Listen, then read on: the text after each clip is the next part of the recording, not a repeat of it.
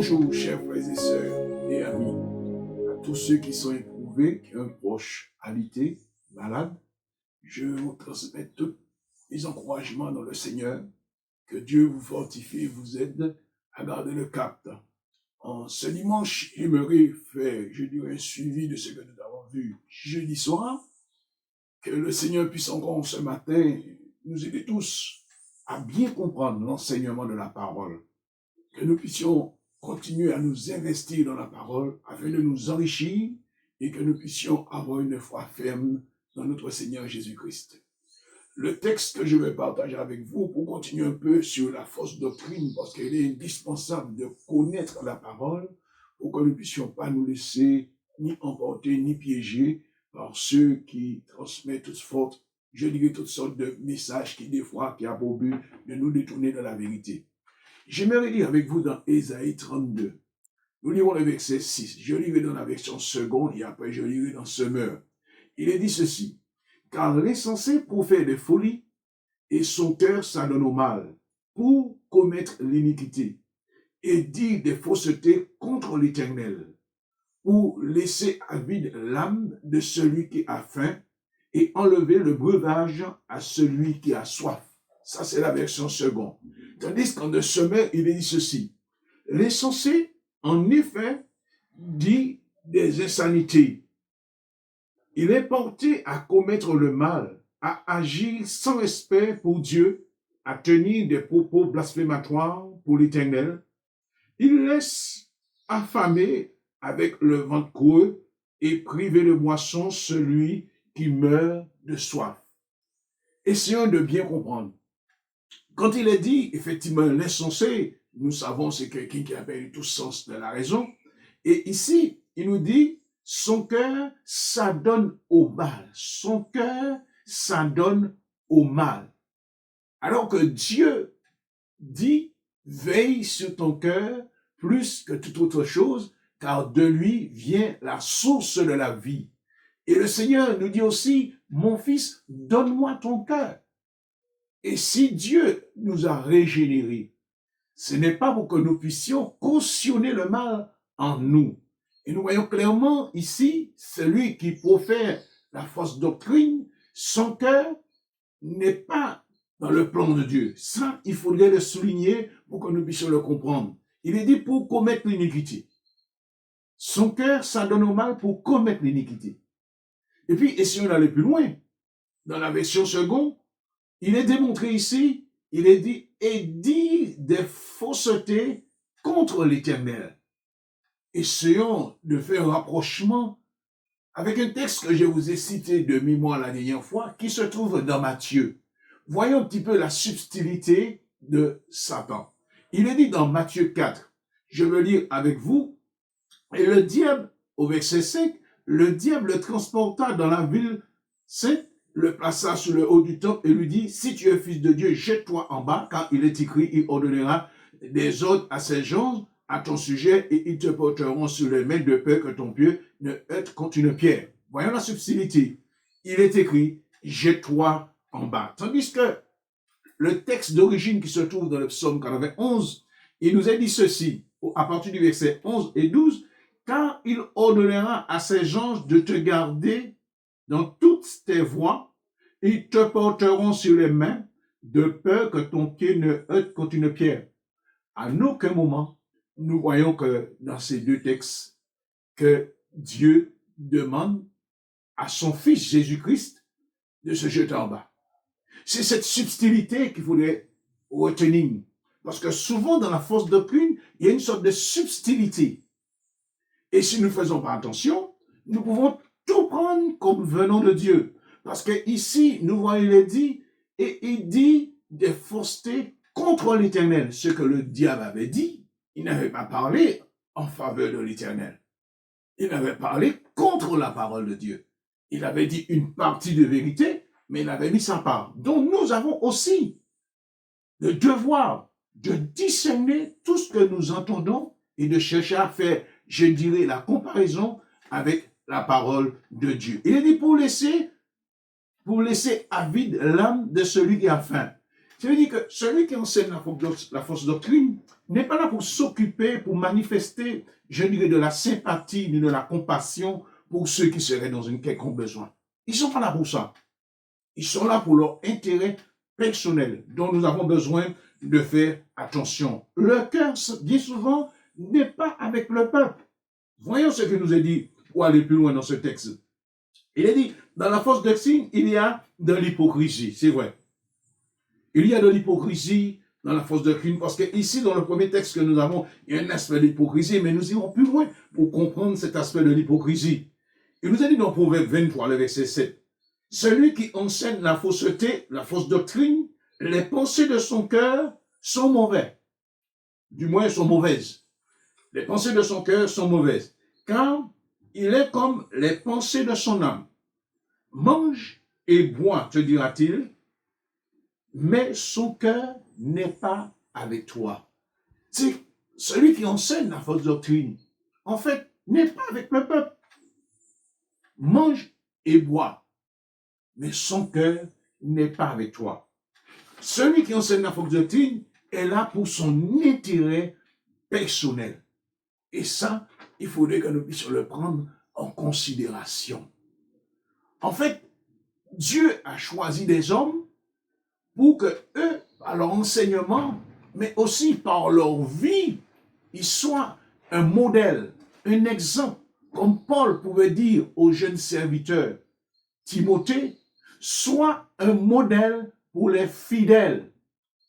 Il est bien dit un modèle pour les fidèles, soit un modèle, qui veut dire que Paul a voulu que Timothée soit un exemple dans son amour, un exemple dans sa foi, un exemple dans sa conduite, parce que le peuple a besoin de référents. Ce n'est pas des personnes seulement qui savent enseigner, je dirais, des belles paroles, mais des personnes qui vivent ce qu'ils enseignent et qui démontrent au peuple qu'ils ont de l'intérêt pour eux, qui veulent les emmener, non à s'attacher à leur personnalité, mais être un exemple pour les emmener à s'attacher à la personne de Dieu. Ce qui est important de se comprendre, c'est de comprendre que nous avons un devoir. Notre devoir, c'est d'enseigner et d'emmener les uns et les autres à s'attacher à la personne de Jésus-Christ de Nazareth. Ne devons pas détourner la parole de Dieu à nos profits, mais nous devons faire profiter l'ensemble du peuple, la parole, qui les emmène à obéir à ce que Dieu nous demande. Parce que chacun de nous, nous qui enseignons la parole de Dieu, nous sommes aussi les premiers à pratiquer ce que nous disons au peuple de Dieu. Ce qui veut dire que notre vie doit être ce modèle de ce que nous avons compris de la parole de Dieu pour transmettre non seulement une connaissance intellectuelle, mais pour transmettre une vie, quelque chose de vécu, quelque chose d'expérimenté. Nous avons besoin de démontrer au peuple que notre relation avec Dieu, c'est quelque chose de fondé. Il est indispensable que nous qui prêchons la parole, nous puissions donner cette exemplarité au peuple de Dieu. Il nous a dit ici, dans Proverbe 26, le verset 25, lorsqu'il prend une voix douce, ne le crois pas, car il y a 7 abominations dans son cœur. Le verset 26 nous dit, il cache sa haine sous la dissimulation, sa méchanceté se révélera dans l'assemblée. Voyez-vous, des personnes qui enseignent, ici, il est question des personnes qui enseignent la fausse doctrine. Bien souvent, ils sont dans l'assemblée. Et la Bible nous dit ici, lorsqu'il prend une voix douce, c'est de l'hypocrisie, quelque chose de caché, de masqué. Et nous voyons dit, car il y a 7 abominations dans le cœur. Alors que Dieu veut que notre cœur soit pur. Dieu nous a appelés à la pureté. Et c'est à chacun d'apprendre à discerner tous ceux qui enseignent. Et je dirais même, lorsque nous allons sur les réseaux, eh bien, que nous puissions discerner tout ce que nous entendons. Il y a des très bons messages que nous entendons. Nous bénissons Dieu pour tous ceux qui apportent de bons messages. Mais il y a d'autres, eh bien, je dirais, ce sont des messages déformés, qui n'est pas dans l'intérêt du peuple de Dieu, qui n'est pas dans l'intérêt de notre foi, de notre approche du Seigneur, mais qui est pour nous détourner de la vérité. Mais ici, nous voyons les 17 abominations. Lorsqu'on a une abomination, c'est déjà trop. Et cette abomination, on pourrait dire, c'est l'abomination parfaite. C'est l'abomination parfaite. Et s'il y a une abomination parfaite dans le cœur d'un homme qui prêche la parole, vous comprenez que cette personne-là ne dira jamais la vérité, alors que nous sommes appelés à dire la vérité au peuple de Dieu. Non pas pour cacher la haine. Il dit cache sa haine sur la dissimulation. Celui qui cache ses transgressions, il est dit, ne prospère point, selon Proverbe 28, verset 13. Mais celui qui les avoue et les délaisse obtient miséricorde. Nous n'avons pas caché le péché dans notre vie. Mais nous devons vivre dans la transparence, premièrement aux yeux de Dieu, deuxièmement, nous devons vivre dans la transparence aux yeux du peuple de Dieu, et troisièmement, je dirais, nous devons vivre dans la transparence aux yeux de ce monde qui ne connaît pas Dieu pour que nous puissions être aussi un modèle, un exemple pour eux.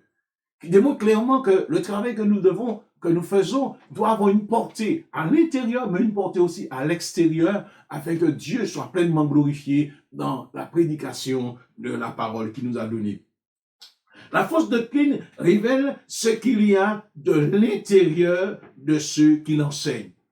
La fausse doctrine révèle ce qu'il y a de l'intérieur de ceux qui l'enseignent. Ce que Jésus nous dit dans Matthieu 23, le verset 28.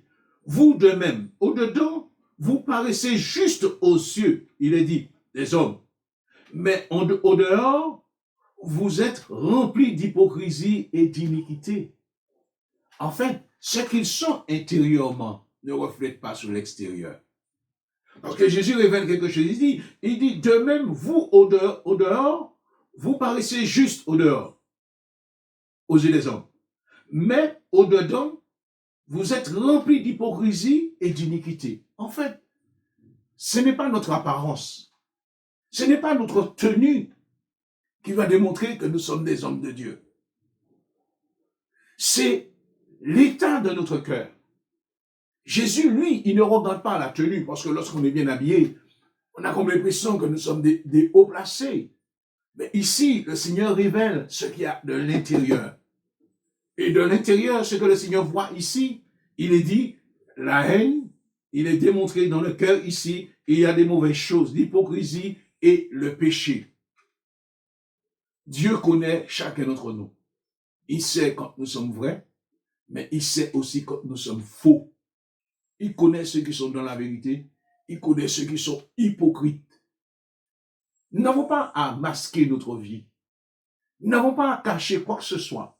Si Dieu nous a affranchis, eh bien nous devons être des hommes, je dirais, naturels.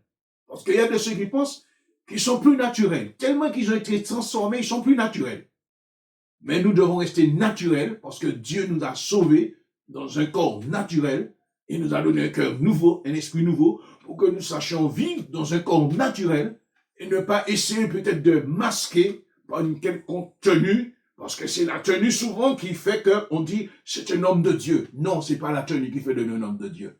Ce n'est pas la tenue qui est importante. Ce qui est important, c'est notre cœur.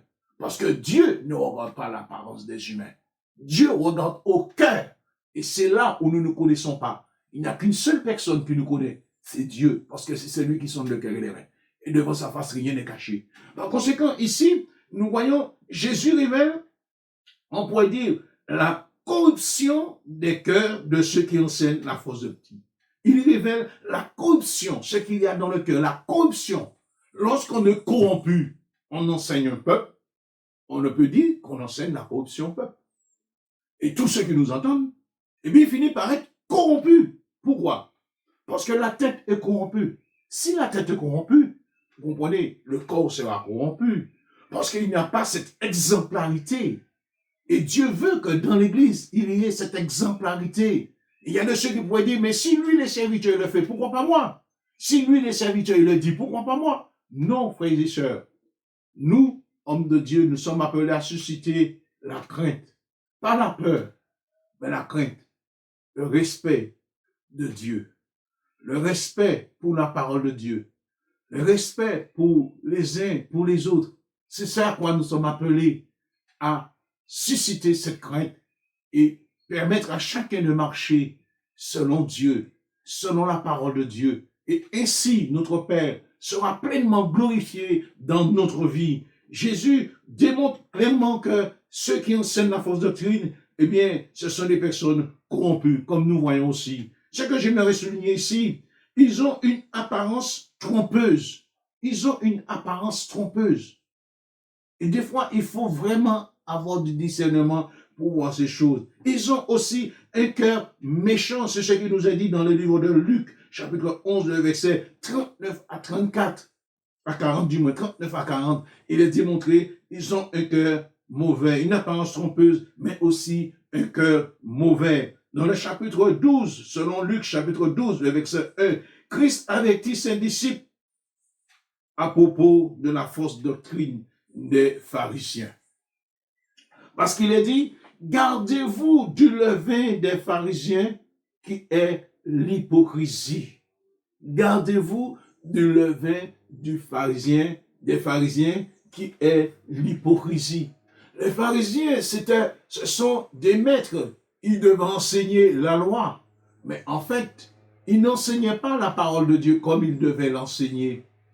Ils détournaient un peu la parole de Dieu. Et Jésus, quand il est venu, il a mis l'hypocrisie des pharisiens, des sadducéens, il a mis toute leur hypocrisie à nu, aux yeux du peuple, pour leur montrer que ces hommes n'étaient pas vrais, ces hommes n'étaient pas droits. Mais aujourd'hui, ça existe dans le monde, je dirais même évangélique, de ceux qui enseignent, c'est vrai, mais qui n'ont pas, je dirais, cette exemplarité. Ce dont nous avons besoin, ce n'est pas de beaux parleurs que Dieu recherche. Dieu établit des hommes selon son cœur. Parce qu'il y a de beaux parleurs, il y a de ceux qui savent bien s'exprimer. Mais derrière, ils ne reflètent pas l'image que Dieu attend. Ils ne reflètent pas le témoignage que Dieu voudrait. En fait, ce n'est pas comme nous étions à l'école, où le maître nous enseignait. On ne cherchait pas à savoir qui était le maître, on faisait juste de recevoir ce qu'il nous apprenait. Mais en vérité, ces maîtres n'étaient peut-être pour nous des exemples. Des fois, il y en avait de ceux qui suscitaient la terreur, parce que tellement ils aimaient battre. Et bien des fois, il y a de ceux qui utilisent la parole de Dieu aussi pour battre. Mais pas pour édifier, pas pour corriger, pas pour aider. De ceux qui utilisent la parole de Dieu pour faire peur. Nous n'avons pas le droit d'utiliser la parole de Dieu à notre profit. Nous avons le droit d'utiliser la parole de Dieu au profit des uns et des autres pour édifier le peuple, pour emmener le peuple à s'épanouir, grandir et servir le Seigneur. C'est notre rôle à nous. Dans 1 Timothée, le chapitre 4, le verset 1 à 2, il est dit, quelques-uns, nous avons lu ce texte, il est dit, quelques-uns abandonneront la foi pour s'attacher à des esprits séducteurs et de doctrines de démons. Ils seront séduits par l'hypocrisie des prédicateurs, il est dit, de mensonges dont la conscience est comme marquée au fer rouge. Je le relis. Il est dit, quelques-uns abandonneront la foi pour s'attacher à des esprits séducteurs et des doctrines de démons. Ils seront séduits par l'hypocrisie des prédicateurs de mensonges dont la conscience est comme marquée au fer.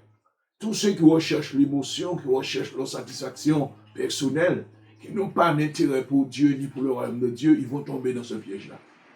Tous ceux qui n'ont pas d'ambition pour le royaume de Dieu, tous ceux qui cherchent leur intérêt personnel, leur satisfaction personnelle, eh bien, c'est sûr et certain, s'ils se détournent de la foi, s'ils abandonnent la foi, c'est l'apostasie. En fait, comme j'ai eu l'occasion de le dire, la foi, c'est l'élément vital de notre vie. Une fois abandonné la foi, on ne croit plus en Dieu. On ne croit plus à la parole de Dieu. On peut croire tout ce qu'on veut, mais pas à la parole de Dieu. Si nous abandonnons la foi. Lorsque nous abandonnons la foi, eh bien, il y a toutes sortes de portes qui s'ouvrent pour nous. Et ici, nous voyons dans ce texte, ils s'attacheront à des esprits séducteurs. Ces esprits séducteurs, ce sont des faux prophètes. C'est aussi, on pourrait dire, de faux docteurs qui vont dire toutes sortes de choses. Malheureusement, il y a de ceux qui vont tomber dans ce piège. Et là, nous voyons qu'il nous a dit à des doctrines des démons. Ça, c'est quelque chose qui devrait nous interpeller. Qui vont s'attacher à des doctrines de démons. Après avoir reçu la grâce de Dieu, après avoir cru dans le Seigneur, après avoir fait une expérience de vie nouvelle, eh bien, il dit ici qu'il y a de ceux qui vont abandonner la foi, qui vont s'attacher à des choses qui ne sont pas de Dieu. Frères et sœurs, Que Dieu nous aide à rester attachés à lui. Quand même que nous ne pouvons pas nous rassembler, Dieu est avec nous dans notre foyer. Il nous a fait la promesse, chaque jour il sera avec nous. Quand nous lisons la parole, demandez à Dieu de nous éclairer, de nous parler, mais jamais abandonner la foi, jamais nous associer à quelque chose qui n'est pas de notre Seigneur. Faisons attention. N'ayons pas, je pourrais dire, trop envie de savoir tout plein de choses. Parce qu'il y a de ceux qui veulent savoir tout plein de choses. Bien sûr, nous serons servis. Nous serons servis. Parce qu'il y a de ceux qui sont là, qui cherchent à étancher notre foi. Notre soif. Pas notre foi, mais notre soif. Parce qu'il y a de ceux qui veulent savoir. Mais ils veulent savoir quoi? Puisque Dieu nous a tout dit dans sa parole. À nous de lire et de faire attention à ce que nous lisons.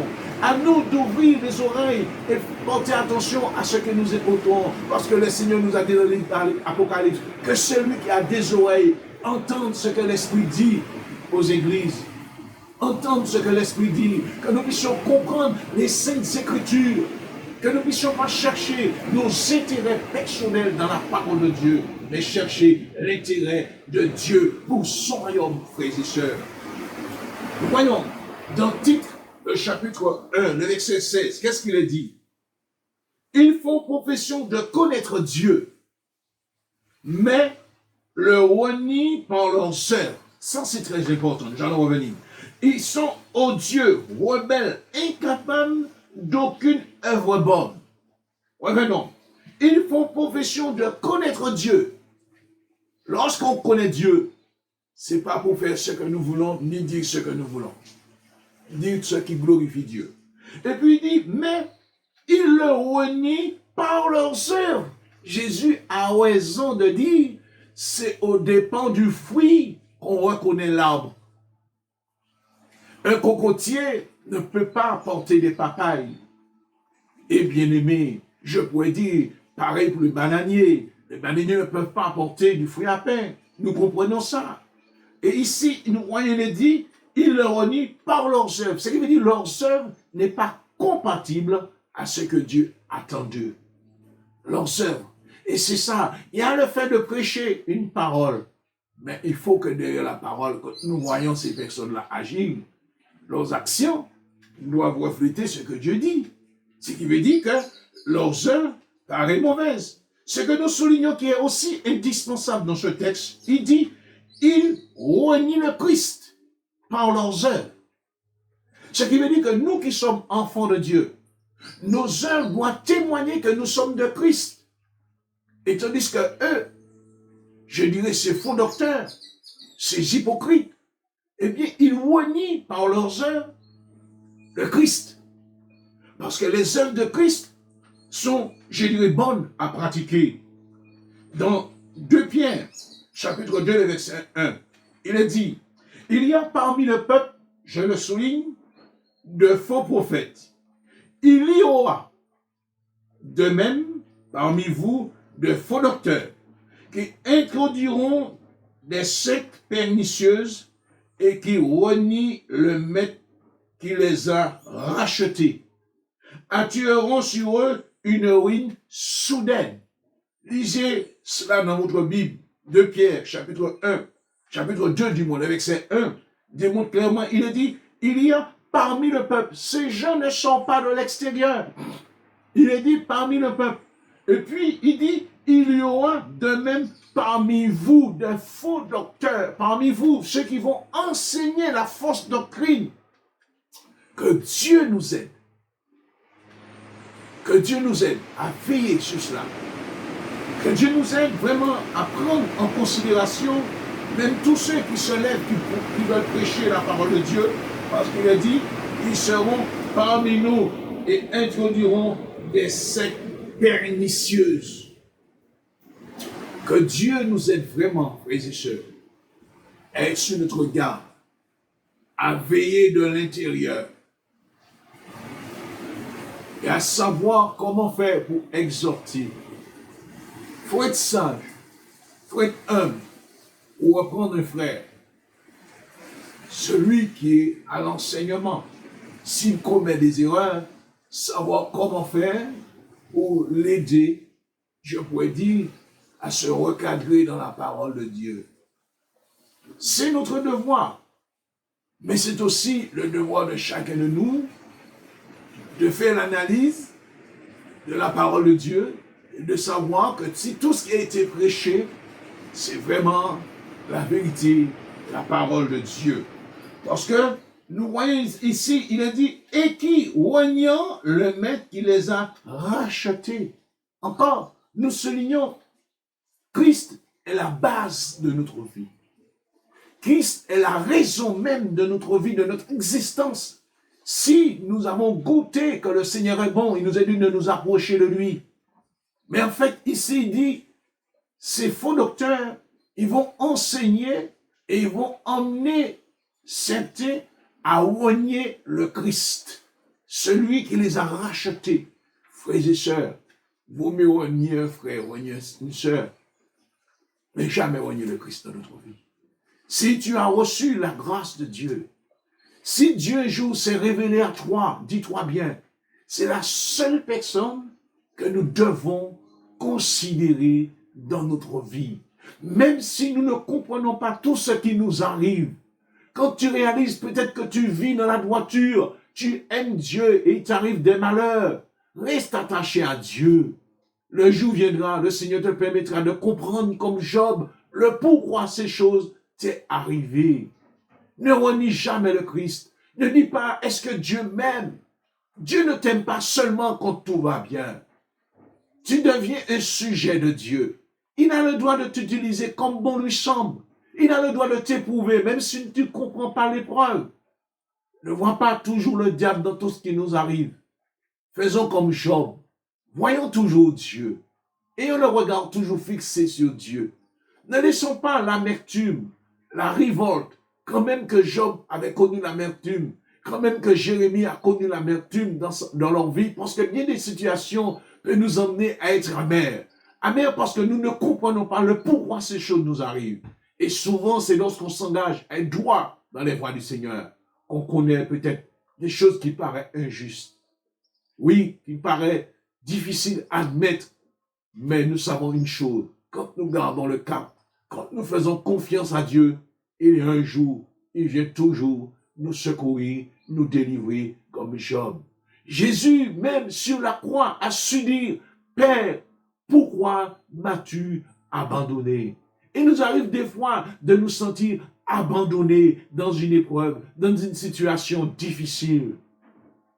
Mais nous savons pour Jésus le pourquoi il a dit ces choses. Parce qu'au moment où il a dit pourquoi m'as-tu abandonné, la Bible nous montre clairement que le péché de l'humanité reposait sur sa vie. Parce que c'était le but de sa mission, livrer sa vie pour l'humanité. Et comme il est écrit que les yeux de l'Éternel sont trop purs pour regarder le péché ou pour voir le péché, eh bien à ce moment-là, Jésus a senti cette rupture avec le Père parce que le péché de l'humanité reposait sur lui. Mais en fait, ce n'était pas à la croix seulement. La victoire était au tombeau. Parce qu'il fallait qu'il sorte de la croix pour qu'il soit enseveli. Il fallait que sa mort soit certifiée, reconnue par l'humanité. Et le Christ, il fallait aussi que la parole s'accomplisse. Une fois enseveli, Jésus avait dit en 3 jours, le temple survivrait. Il reviendrait à la vie. Et bien le 3e jour, Jésus est ressuscité. Et c'est ça la plus grande victoire pour nous de Jésus-Christ de Nazareth. Il nous a prouvé son amour par son sacrifice, par sa souffrance, par son humiliation, frères et sœurs, par le cri de douleur à la croix, par la prière disant Père, pardonne-leur parce qu'ils ne savent pas ce qu'ils font, par sa mort qui a été certifiée, mais aussi nous savons qu'il avait dit qu'il serait ressuscité et nous savons que Christ est ressuscité. Mais si on allait plus loin, il n'est pas seulement ressuscité pour rester indifférent, mais il se manifeste encore aujourd'hui par son esprit, parce qu'il se fait connaître au cœur des humains.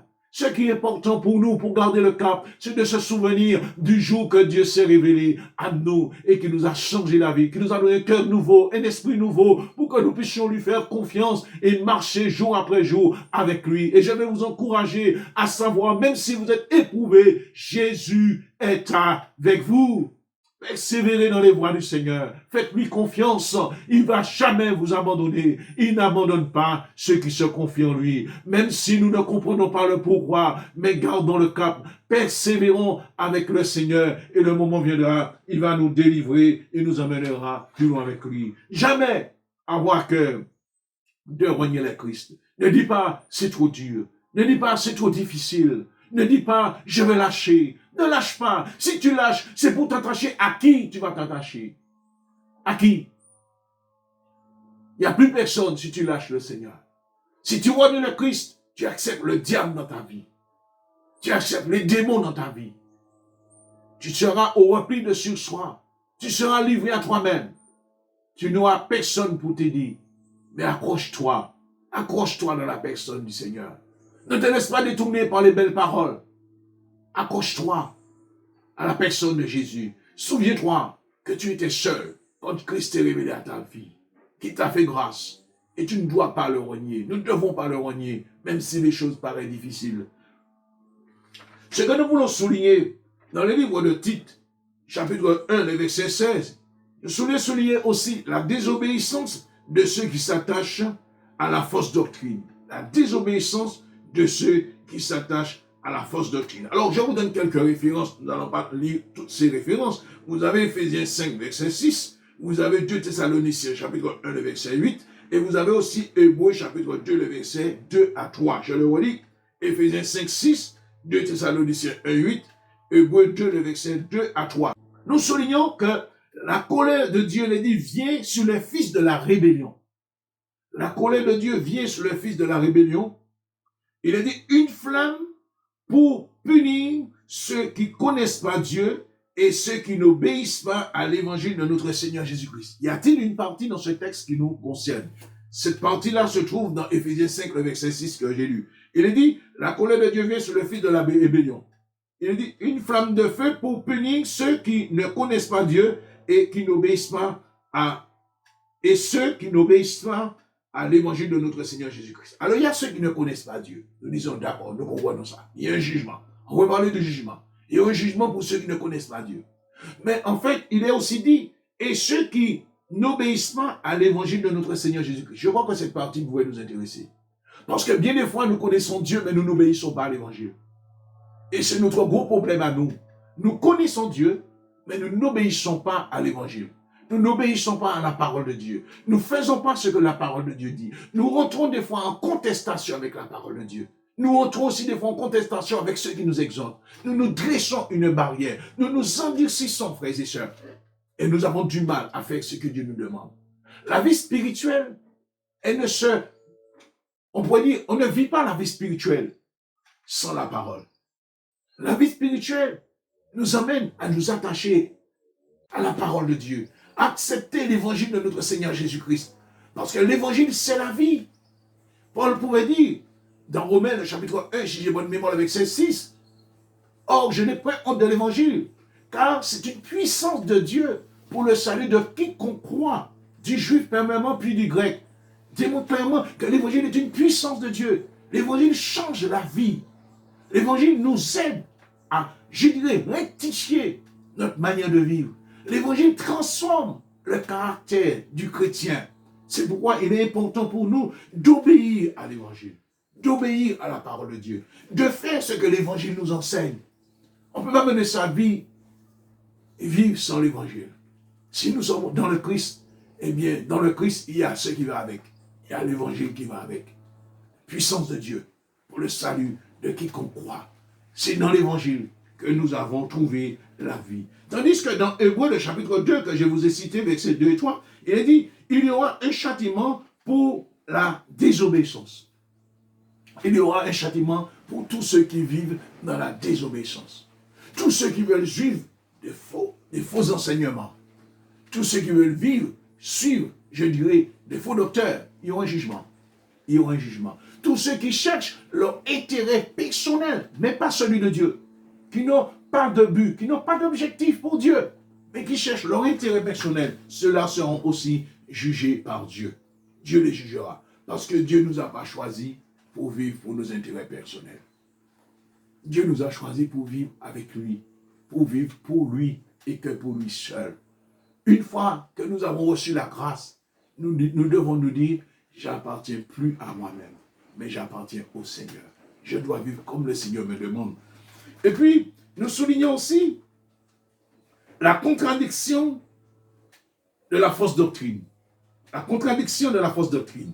Dans Tite, le chapitre 1, le verset 16, nous voyons, il a dit, ce qu'ils disent n'est pas en accord avec ce qu'ils font. Ce qu'ils disent n'est pas en accord avec ce qu'ils font. Et c'est là il y a contradiction. Et ce que nous voulons ici souligner, ils sont incapables d'aucune bonne œuvre. Ils sont incapables d'aucune bonne œuvre. Ils ne s'engagent pas à pratiquer de bonnes œuvres. Alors que Jacques nous dit ceci, dans le chapitre 2, le verset 15, si un frère ou une sœur sont nus et manquent de la nourriture de chaque jour, et que l'un d'entre vous leur dise, allez en paix, chauffez-vous et rassasiez-vous, sans leur donner ce qui est nécessaire au corps. À quoi sert-il? Il en est ainsi de la foi. Si elle n'a pas d'œuvre, elle est morte en elle-même. Voici une parole qui peut encore nous éclairer par rapport à Tite, chapitre 1, verset 16. Il dit ici, si un frère ou une sœur sont nus. Voyez que la fausse doctrine, ceux qui enseignent la fausse doctrine ne sont pas là pour s'occuper, je dirais, de la vie sociale des autres. Ils ne cherchent pas à savoir s'il y a de ceux qui sont nus. Néanmoins, il dit, il manque de la nourriture de chaque jour, et que l'un d'entre vous leur dise, allez en paix, chauffez-vous. En fait, aller, ce n'est pas une nourriture. Se chauffer ou se réchauffer, ce n'est pas une nourriture. Une parole, ce n'est pas une nourriture. Des fois, il vaut mieux peu de paroles et beaucoup d'actions. Parce que l'évangile de Jésus-Christ est accompagné d'actions. Jésus a démontré dans son passage d'ici-bas qu'il fallait s'occuper des hommes, des femmes, des enfants, qu'il fallait faire du social. Ici, nous sommes dans le social. Il faut la spiritualité. Mais la spiritualité ne va pas sans le social. Indispensable de s'engager pour s'occuper des autres. Reconnaître quand les autres, ou bien un frère, une sœur, se trouvent dans le besoin. Que nous puissions savoir comment lui venir en aide. Ici, il faut, premièrement, c'est vrai, si c'est le responsable qui est au courant, il doit faire quelque chose. Mais il est bien dit, que l'un, il est dit, d'entre vous, l'un d'entre vous, qui veut dire, un d'entre nous peut être au courant de la situation d'un frère et d'une sœur. Et l'un d'entre nous peut être au courant de la situation de quelqu'un qui ne connaît pas Dieu, mais qui se trouve dans une situation démunie. Parce que si nous nous occupons uniquement de ce que nous connaissons, vous ne pensez pas qu'il y a une forme d'injustice, frères et sœurs. Vous ne pensez pas qu'il y a une sorte de parti pris. Dans l'église du Seigneur, eh bien, il faudrait que nous ayons regardé dedans, à l'intérieur, mais aussi regardé à l'extérieur. Ceux que nous côtoyons, que nous avons à cœur d'emmener vers le Seigneur, et qui des fois qui se trouvent dans des situations critiques, qui n'ont pas ce qu'il faut pour vivre. Ils n'ont pas peut-être de la nourriture, ils ont peut-être besoin de vêtements. Et là, Jacques nous incite pour nous dire, la foi, notre foi doit nous emmener à prendre ces personnes en considération pour les aider, parce que la foi sans les œuvres sont considérées comme mortes. Qui démontre que la bonne parole que nous donnons aux gens doit être accompagnée d'actions, et je dirais même de bonnes actions. La bonne parole, l'évangile de la grâce, nous emmène à nous occuper de nos frères et sœurs, et mieux encore, à nous occuper aussi de ceux qui ne connaissent pas Jésus. Parce que Jésus ne s'est pas occupé uniquement des siens. Jésus s'est ouvert sur l'extérieur. Jésus s'est occupé des lépreux. Jésus s'est occupé des rejetés de la société. Il a pris soin des rejetés de la société. Mais que Dieu nous aide aussi à nous occuper des rejetés de la société. Que nous ayons un regard sur l'intérieur et sur l'extérieur. Et que nous soyons des hommes, des femmes qui disons, mais aussi qui faisons ce que nous disons. Parce que la fausse doctrine nous emmène à dire et à ne pas faire. et à faire le contraire de ce que la parole de Dieu nous enseigne. Que le Seigneur puisse nous venir en aide. Pour conclure, je vais lire avec vous ce texte qui se trouve dans le livre de Colossiens. Il nous est dit dans Colossiens, le chapitre 2, le verset 8, je lis avec vous Colossiens, chapitre 2, le verset 8. Il est dit ceci, Colossiens 2, le verset 8, pour conclure, il est dit, prenez garde que personne ne fasse de vous sa proie par l'hypocrisie et par une vaine tromperie, s'appuyant sur la tradition des hommes, sur les rudiments du monde, et non sur Christ. Je vais relire avec vous. Prenez garde que personne ne fasse de vous sa proie par la philosophie et par une vaine tromperie, s'appuyant sur la tradition des hommes, sur les rudiments du monde, et non sur Christ. Ici, cette parole est un avertissement pour chacun de nous. Chacun de nous est responsable de notre salut. Nous sommes responsables de la grâce que nous avons reçue du Seigneur. Ici, il est bien dit que personne, il n'est pas dit le diable, il est dit que personne ne fasse de vous sa proie. Parce qu'il y a de ceux qui cherchent ceux qui sont faibles dans la foi. Il y a de ceux qui cherchent ceux qui manquent de connaissances. Et ceux qui manquent de connaissances, qui sont faibles de la foi, sont facilement manipulés. Il dit, prenez garde. Il est bien dit, par la philosophie. Nous n'enseignons pas la philosophie dans l'église du Seigneur. La philosophie n'a pas sa place dans l'église du Seigneur. Il est dit, par une vaine tromperie. C'est là que nous avons besoin d'éveiller dans notre esprit pour comprendre, pour discerner ceux qui nous parlent du Seigneur. Il est bien dit aussi, s'appuyant sur les traditions des hommes. Des traditions, dans notre pays, on a tout plein de traditions. Mais les traditions ne nous amènent pas à Christ. La philosophie ne nous emmène pas à Christ, mes frères et sœurs. Mais il est bien dit ici, sur les rudiments du monde. Nous n'avons pas à nous appuyer sur les rudiments du monde. Mais nous voyons, il est dit, et non sur Christ. Christ, c'est le point central de notre vie.